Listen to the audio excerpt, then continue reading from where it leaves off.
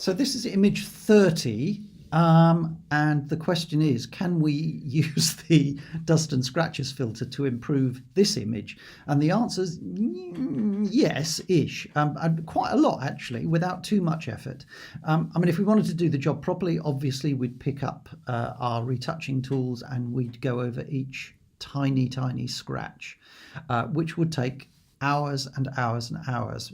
So the question really is there a somewhat quicker fix? And yeah, to a degree there is, and this is how it works. The first thing that I do with an image like this is touch up the really big glaring problems. So I'm going to pick up the inpainting brush, paint over areas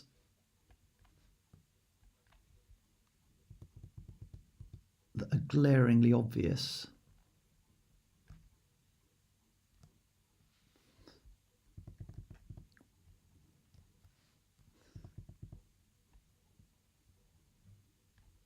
And my fingers are on the square bracket keys all the time so that I can vary the size of the brush on the hoof while I'm retouching. And the reason that I'm doing these big areas first is that relying on the dust and scratches filter to remove them would mean dragging the radius slider so far across it would render just about everything right out of focus.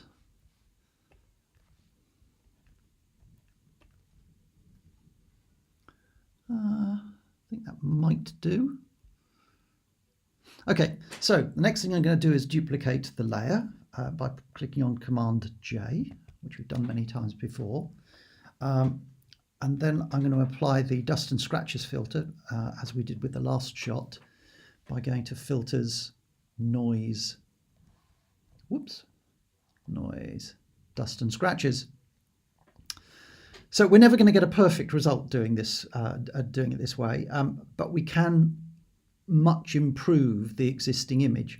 Now, you can see at the moment that I rather like this. It takes on this kind of very difficult to describe, perhaps quite leathery sort of look, which isn't, which isn't too unpleasant. But we can improve that a bit further. Just watch these areas, and I'm going to whip the radius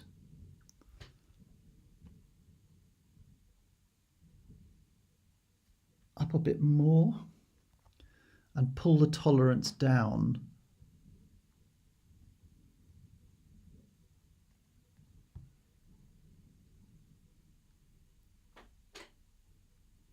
to about there, and I can still see just one or two marks here, but I'll retouch those separately.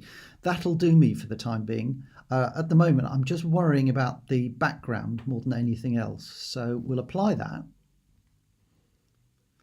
and then we'll add a mask layer. We'll pick up a black pen, and then we'll just pull back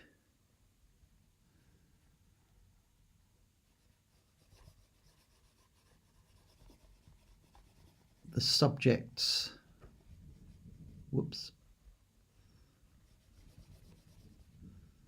As ever, I'm doing this very quickly, whereas if I were faced with this in a professional environment, obviously I'd spend a lot more time on it. Okay, that'll do. And then I'm going to go to the Layers menu and choose Merge Visible. Excuse me.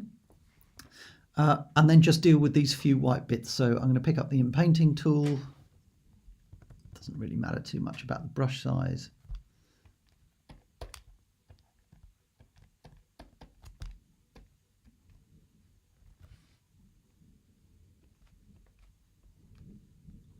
I think that'll do. Okay, so now we're going to go through exactly the same process and concentrate on the guy's jacket. So we'll go to, we'll duplicate the layer. So now we have two copies.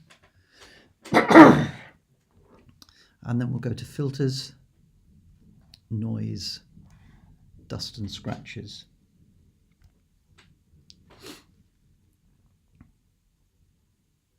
And the reason I'm doing this separately is that I think I can pull back further.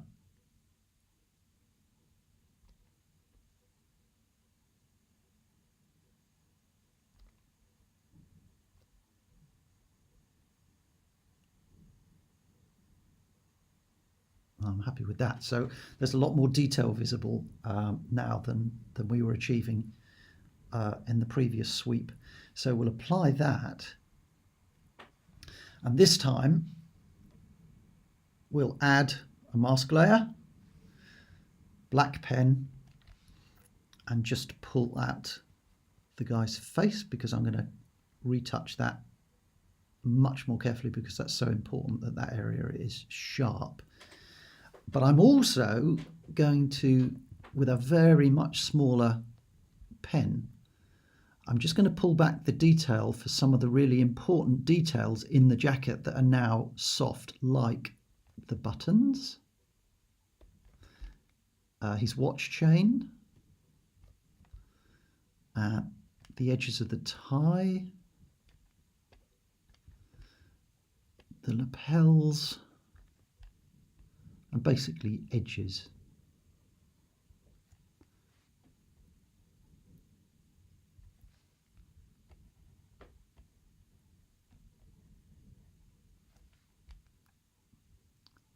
Like so.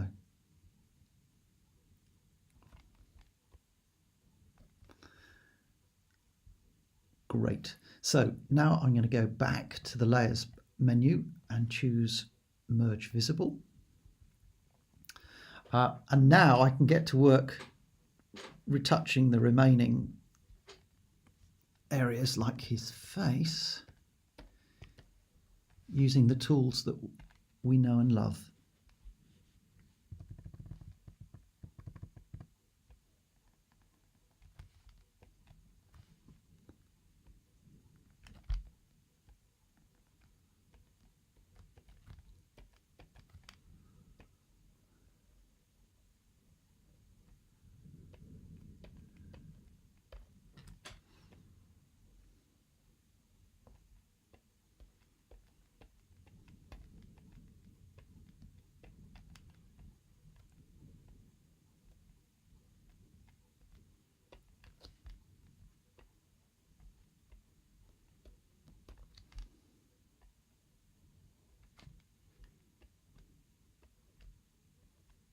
Right, that'll do for the moment. We'll also go down into the jacket, because obviously all of these little areas that we've exposed will need a bit of careful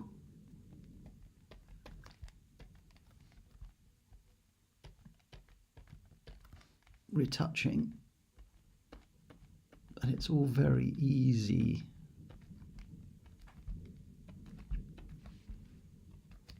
Right, just going to hit Command 0. So,